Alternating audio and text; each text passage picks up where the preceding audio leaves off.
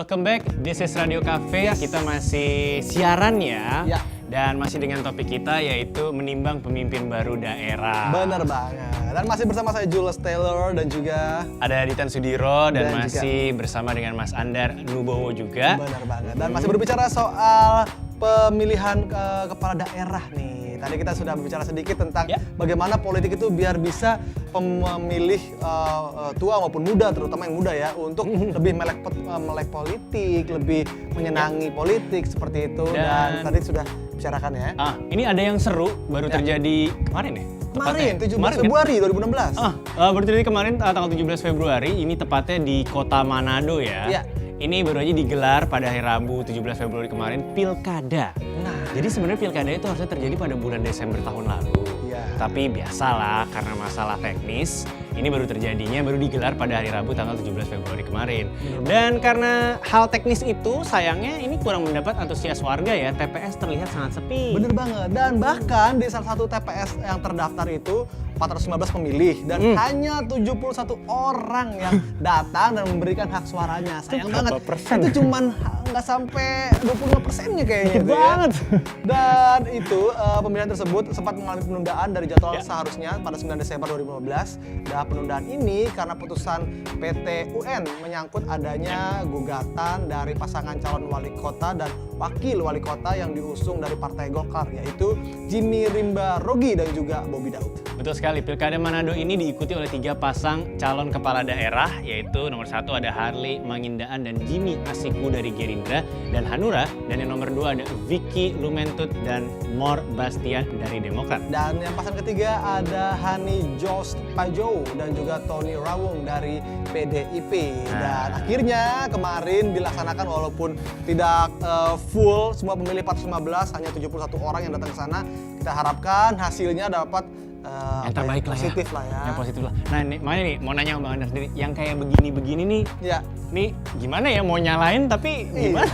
Itu gimana tuh Pak? Ini kalau pendapat Bang Andar sendiri gimana tentang yang gini-gini? Ya, pertama saya kira 17 Februari kemarin itu udah telat sekali gitu ya. Dari hiruk pikuk ke pilkada, hiburannya udah hilang gitu. 3 bulan, ya kan? Betul. Ya kalau tanggal 9 Desember saya yakin masyarakat Manado itu pasti berbondong-bondong nyoblos. Semangat-semangatnya, wah serentak nih pertama kali ya kan dalam sejarah Republik ini kan. Tapi ternyata ada kendala-kendala teknis dan juga yuridis juga gitu ya. Ada bukan PT UN dari calon Golkar, kemudian menunggu PT UN itu, kemudian setelah ada keputusan tetap baru kemudian dilaksanakan gitu. Jadi ini sesuatu yang ya pasti ada anomali ya, dalam satu hal baru pasti ada yang kurang, ada yang tidak sempurna. Tapi tidak ada masalah. Memang sangat disayangkan ketika antusiasme publik itu menurun. Nah, ini ada beberapa faktor. Pertama, euforia udah hilang gitu kan. Terus kemudian mungkin KPU-nya sendiri tidak kemudian melakukan sosialisasi bahwa 17 Februari nanti ada pilkada ulang gitu ya, di pilkada tunda ya di Manado itu. Jadi ini ada beberapa faktor, bisa teknis, bisa juga memang masyarakat sudah kehilangan euforia atau karena faktor tadi itu apolitis ya, paling gitu-gitu aja dengan calon yang ada itu tidak menarik gitu kan. Tapi saya cenderung mengatakan bahwa ini euforia udah hilang, terus kemudian KPU mungkin panitia semangat KPUD yang kurang melakukan sosialisasi terhadap itu. Dan yang ketiga, calon-calon yang ada itu tidak mengena di publik. Gitu loh. Jadi seperti itu. Ada beberapa. Kalau kita melihat tuh angka 71 dari 491 itu bahkan tidak sampai 25%. Kalau 25% dari 400 ke 100 tuh ya. Itu nggak sampai 25% itu Pak. Ya, betul. Bisa dikatakan di undang-undang itu maksudnya itu tetap sah atau bagaimana sih Pak? Ya. Sedikit sekali jumlahnya. Nah itu yang sampai sekarang siapapun yang datang, yang dihitung itu kan yang mencoblos ya. Memang tingkat golputnya tekan tinggi, tapi yang dihitung adalah yang menyoblos itu berapapun gitu ya. Jadi ini tidak mempengaruhi yang terpilih, misalnya ini kurang golputnya itu misalnya 60%, kemudian yang terpilih itu kurang legitimasi secara yuridis ya, tetapi mungkin secara politik iya, tapi secara yuridis dia sah terpilih gitu loh. Meskipun secara politik cuma didukung oleh misalnya dia dapat 40% dari sekian persen yang ikut. Itu 71 pemilih, belum lagi ternyata mungkin ada yang nyoblosnya mungkin double, jadi nggak sah nanti hitungannya. Belum dihitung. Iya, belum dihitung loh, itu baru 71 pemilih doang. Betul. Itu sangat disayangkan banget sebenarnya Nah, Pak ya. ini kan yang kritik dari demokrasi elektoral. Demokrasi itu kan memang prinsipnya itu suara terbanyak itu yang menjadi yang memengaruhi keputusan, ya kan? Suara terbanyak yang terpilih. Tapi kemudian karena kita menganut demokrasi elektoral, ketika golput yang menang ya yang dihitung tetap yang mencoblos. Mencoblos itu ya. Nah, gitu. Dan ini selanjutnya kita ada yang unik, nggak unik sih. Ya. Masih berbicara pilkada juga lah ya. Berbicara pilkada. Sebenarnya udah agak biasa, cuman momen pilkada ini menjadi agak banyak aja ya. Fenomena selebriti. Oke. Atau pasangan menarik. selebriti Ya, yang ya. ikut pilkada dan menang. Ya, Kita ya. ngomongin yang menang-menang aja. Yang menang-menang dulu, yang asik-asik aja. Nah, ini kita punya beberapa Aduh. pasangan selebriti ataupun pasangannya si selebriti Ya, ini ya. yang menang di pilkada. Seperti contohnya adalah Zumi Zola yang akhirnya memenangkan posisi gubernur Jambi ya. Naik ya. Naik dari sebelumnya dari bupati Pak ya. Hmm. Dari bupati dan Ya. selanjutnya ada Sigit Purnomo Syamsuddin atau kita biasa sebut dengan Pasha. Ungu. Dia masih sih. Sigit Purnomo Aduh Pak, kemana aja Pak? Nggak tahu. Oh mungkin taunya nama beken ya, Pasha Ungu. Pasung. Iya, iya, iya. Dan kebetulan hari ini ya dilantik ya. Ya, Hari sekali. ini dia baru saja dilantik Sebagai wakil wali kota Palu ya. Yap, wakil wali kota Palu. Dengan perolehan suaranya lumayan signifikan loh, 50% lebih. Nah, itu dia. Lumayan signifikan loh. Dan dan selanjutnya juga ada ini adalah pasangan dari Arumi Basin yaitu Emil Dardak. Dardak. Ya, Emil Dardak dan juga pasangannya yaitu Nur Arifin yang menempati Masih, ya, yang 25 menempati tahun. Iya, betul sekali. 20 tahun Pak ya? 25 tahun. sangat muda Wow, sekali. muda sekali, sama-sama muda ya. Emil juga muda ya. Masih muda, Masih 30. 30 sekian ya. Dan memenangkan pemilihan dengan suara 75%, sekitar 70%. Dan akhirnya dilantik menjadi Bupati Trenggalek. Gue Wow. sempet nonton interviewnya mereka berdua dan di Emil ini terang-terangan kalimat pertamanya adalah saya cukup kaget karena ternyata artis Arumi Basin bisa memegang suara. Wah. Kalimat pertamanya adalah itu, jadi dia bener-bener to the point bahwa artis Arumi Basin bisa ngasih suara 75%. Bahwa ternyata ada efek dari ketenaran seorang artis atau public figure di bidang entertainment seperti itu yang menjadi keuntungannya Betul, untuk dia. terpilih menjadi pemimpin di daerah-daerah tersebut. Nah, kan kita tanya nih buat Pak Andar nih, Ya. ini gimana Pak tentang fenomena artis yang banting setir dari entertainment seperti itu, bisnis hiburan, sekarang langsung ke perpolitikan? Ya, saya kira pilkada itu kan hasil reformasi gitu ya, yang memberikan kesempatan kepada setiap warga negara Indonesia untuk dipilih dan memilih dan dipilih, termasuk artis.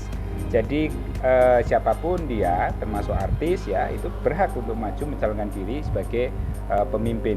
Dalam konteks adalah pemimpin lokal atau melalui pilkada gitu.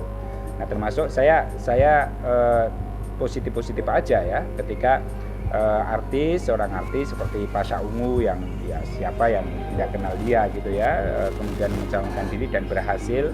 Terus kemudian Zumi gubernur Zumi Zola ya, itu terpilih, kemudian juga ada artis-artis lain juga terpilih, dan ini bukan hal baru dalam panggung politik kita karena artis-artis sebelumnya juga ada banyak yang terjun dalam dunia politik begitu, baik di DPR, di Rano Karno misalnya menjadi wakil bupati, wakil gubernur, kemudian menjadi gubernur sekarang, kemudian Dede Yusuf juga menjadi wakil gubernur Jawa Barat. Jadi fenomena artis terjun ke politik itu suatu hal yang biasa-biasa saja dan boleh-boleh saja dalam iklim demokrasi kita gitu ya. Nah, yang menjadi concern kita kan, kita berharap bahwa artis-artis yang terpilih ya menjabat jabatan publik itu artis yang punya kompetensi, punya kompetensi, punya kapabilitas di dalam memimpin, memanage ya, punya pengalaman berorganisasi yang baik, sehingga ketika mereka menjabat menjadi gubernur, bupati atau siapapun lah, mungkin nanti presiden juga artis ya, siapa tahu gitu kan, bisa jadi seperti di Amerika, di Filipina kan seperti itu. Yang paling penting adalah kapabilitas, kompetensi personal. Oke. Berarti intinya Pak, ternyata soal kemudian kegantengan, popularitas itu kan itu ini aja, bonus saja gitu, bonus. Dan itu dalam iklim politik kita yang masih didominasi oleh media gitu ya. Jadi kalau dalam bahasa filsafat hiperrealitas gitu. iklan itu sangat menentukan, popularitas itu sangat menentukan, apalagi artis sangat menentukan. Kenapa? Karena masyarakat kita melek politik itu masih cukup belum bagus lah, gitu kan. Artis-artis seperti Pasha, saya kira kita berharap ya itu meskipun dia populer, kita harapkan dia juga mampu memimpin Palu dengan baik. Ini ibaratnya oke udah naik, tinggal kita lihat hasilnya seperti apa. Jangan sampai ini populer, ganteng, atau cantik gitu ya, terus kemudian terpilih kan masyarakat melihatnya itu, karena faktor itu karena kan ada banyak apa namanya, karena begini, ada banyak calon kandidat yang calon-calon ini juga belum dikenal oleh publik. Publik itu akan melihat ya, ini psikologi politik ya, publik akan lebih memilih orang yang dia kenal. Gitu, wajar aja suara-suara itu kemudian memenangkan suara. Zumi Zola masih muda, ganteng. Selain itu dia juga punya mesin politik yang kuat karena bapaknya kan juga pejabat dari keluarga juga. Ada trah itu juga. Ada faktor-faktor lain. Kalau Pasha Ungu saya kira lebih karena popularitas dan juga mungkin calon-calon lain tidak sepopuler gitu ya. Kalau dibandingkan popularitasnya sedikit berbeda Pak ya. Berbeda ya. Jadi 50% cukup tinggi bagi seorang Pasha, apalagi kan dalam dunia artis kan ada yang berita positif dan negatif. Tapi tampaknya itu tidak berpengaruh di sana gitu. Kalau momen itu ada berita negatif ada dilempar, tapi saya kira itu karena kalau kita lihat secara geografis itu kan masyarakat Palu mungkin tidak seperti masyarakat Jakarta yang urban, yang well informed gitu ya, tetapi masyarakat yang masih mengandalkan pada pencitraan tadi itu. Nah, gitu. Pada popularitas ya sosok Pasha itu kan di infotainment itu kan tiap hari ya, bad news is good news ya, dalam konteks itu diuntungkan. Dunia public relation tuh there's no such thing as bad PR. Betul. All PR is good PR. Mau jelek tetap aja good PR. Tapi kita juga harus ingat bahwa bukan karena keartisan mereka ya, tetapi memang itu menunjuk, tapi bukan satu-satunya bahwa artis akan menjadi jaminan dia akan terpilih, tidak juga. Karena ada banyak artis lain yang beberapa kali mencalonkan diri sebagai pemimpin daerah, itu tidak terpilih selama 3 kali juga, misalnya Helmi Yahya pas banget nih seperti apa yang Bapak Andar katakan, ada beberapa public figure ataupun artis dari bidang entertainment sebelumnya itu yang kali ini ya di pilkada kali ini juga nyoba tapi gagal. Ada siapa aja Dika? Gagal itu kan keberhasilan yang tertunda. Mungkin mereka bakal nyoba lagi, ada Helmi Yahya, ada Miing Bagito, terus ada Maya Rumantir juga. Betul sekali. Helmi Yahya dari daerah Kabupaten Ogan Ilir Sumsel ya, dan Bagito dari Karawang. Sedangkan Maya Rumantir di Gubernur Sulawesi Utara. Dan ini menandakan bahwa ternyata public figure pun bisa kalah ya. Kalau lihat di Karawang itu kan ada Cecilika yang gubernur sekarang, bupati sekarang yang terpilih itu kan mungkin kalah. Mungkin kalah kalau keterkenalan mungkin sama terkenal, tapi mungkin karena faktor perempuannya terus masih muda, terus juga good looking juga gitu, mungkin pemilih Karawang itu lebih memilih ibu bupati sekarang ini yang terpilih daripada Bu Megi. Walaupun Miing Bagito ini sudah jam terbang di dunia politik lumayan jauh, itu bukan jaminan. Kan ada juga Saan Mustafa juga gitu kan. Saan Mustafa itu tokoh politik ya nasional dari Demokrat, tapi kalah juga gitu, kalah dengan tokoh lokal ya, masih muda, single. Masih single itu kan, good looking juga gitu. Jadi ada memang dunia politik kita atau perilaku pemilih kita itu agak misterius, agak aneh-aneh. Jadi tidak bisa dipukul rata gitu. Berarti tiap daerah berbeda Pak ya, ininya Pak ya. Kita misalnya di Emil Dardak itu, dia kan juga bukan artis kan, Emil Dardak, tapi istrinya kebetulan artis. Artisnya pun baru gitu kan, karena ada kasus apa gitulah, ribut sama orang tuanya, terus kemudian tapi masyarakat kita itu yang penting tahu, ini enggak dia terkenal itu nggak penting dia karena apa terkenalnya, tapi yang penting terkenal, yang penting famous gitu ya, dikenal gitu ya. Nah, itu di Indonesia itu misalnya juga dulu udah Aceng Fikri gitu kan, juga coba itu setiap hari berita itu kan negatif ya, negatif, sebagai negatif campaign atau mungkin black campaign, tetapi terpilih juga sebagai DPD dan tinggi suaranya. Naik juga deh. Gitu. Untuk para artis yang baru saja naik menjadi pemimpin daerah, ini ada 3 pesan dari Gubernur Jawa Tengah ya kepada para kepala daerah baru nih. Khususnya di Jawa Tengah ya. Seperti apa sih? Yuk kita lihat yuk. Dari kepala daerah di Jawa Tengah, Bapak Ganjar. Dan ini dia, kita ambil dari liputan6.com, yaitu Gubernur Jawa Tengah Bapak Ganjar Pranowo berpesan pada para bupati atau wali kota terpilih untuk terus transparan dan mengawasi penggunaan uang ya. Jangan sampai ada perangkat desa yang menyimpangkan penggunaan dana desa. Betul sekali. Dan pesan kedua dari beliau yaitu mereka harus menggali potensi daerah agar selaras dengan program Desa Mandiri yang dicanangkan oleh gubernur tentunya. Betul sekali. Ada 3 pesan, dan pesan terakhir, pesan ketiga, harus semangat One Village, One Product harus ditingkatkan terus karena terbukti bisa membantu perekonomian masyarakat bawah. Nah, ini dia Pak. Ini tadi pesan dari Bapak Gubernur, Bapak Ganjar kepada para pemimpin daerah yang baru terpilih nih Pak. Itu kalau menurut Bapak sendiri bagaimana Pak? Pesan-pesan ini ditujukan apakah dapat langsung diimplementasikan oleh para kepala daerah yang baru ini Pak? Saya kira harus ya, Jadi 3 pesan Bapak Gubernur Jawa Tengah, seorang Jawa Tengah ya, gubernur saya beliau ini, itu secara tepat ya, ada 3. Pertama adalah transparansi dalam penggunaan dana, terus kemudian jangan sampai ada penyimpangan untuk dana desa, karena pemerintah sekarang kan di desa itu ada dana desa yang dikucurkan tahun 2016 ini kan sekitar miliaran 1,2 terus 1,2 miliar itu. Satu desa itu. Itu banyak sekali itu. Uang semua itu. Nah, itu kemudian yang ketiga One Village One Product. Saya rasa itu bagus. Jadi ada pesan transparansi, kemudian ada pesan produktivitas, ya kan?